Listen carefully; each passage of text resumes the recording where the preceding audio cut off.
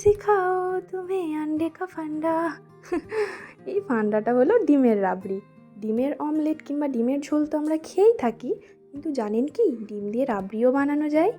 এটি বানাতে খুব বেশি সময়ও লাগে না। তো চলুন শিখে নিই ডিমের রাবড়ি কীভাবে বানাবেন।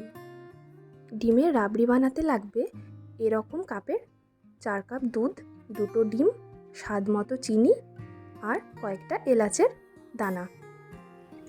দুধটা আমি কড়াইয়ের মধ্যে ঢেলে দিলাম।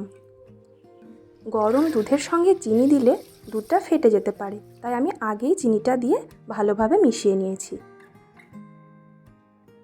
মেশানো হয়ে গেলে ডিম দুটো ভেঙে আমি তার মধ্যে 1 চিমটি লবণ দিয়ে দেব, এতে মিষ্টিটা ব্যালেন্স হয়।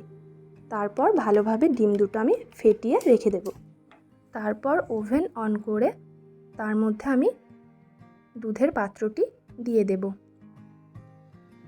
খুব ভালোভাবে গরম করে নিতে হবে। তারপর তাতে আমি এলাচের গুঁড়োগুলো দিয়ে দেব। ভালোভাবে মিশিয়ে নিতে হবে। দুধ ফুটে এলে 4 কাপ দুধ 2 কাপের মতো হয়ে যাওয়ার পর তাতে খুব সুতোর মতো করে ডিমের মিশ্রণটি ঢালতে হবে এবং এই টাইমে হাতা দিয়ে নাড়তে থাকতে হবে, নইলে দলা পেকে যেতে পারে। দেখুন ঠিক এই রকম কনসিস্টেন্সিতে আসবে। আমার ডিমের রাবড়ি একদম তৈরি হয়ে গেছে। এটা একটি বোলের মধ্যে ঢেলে নেব। তারপর এটি আমি ফ্রিজের মধ্যে 2 ঘন্টা রেখে ঠান্ডা ঠান্ডা পরিবেশন করব।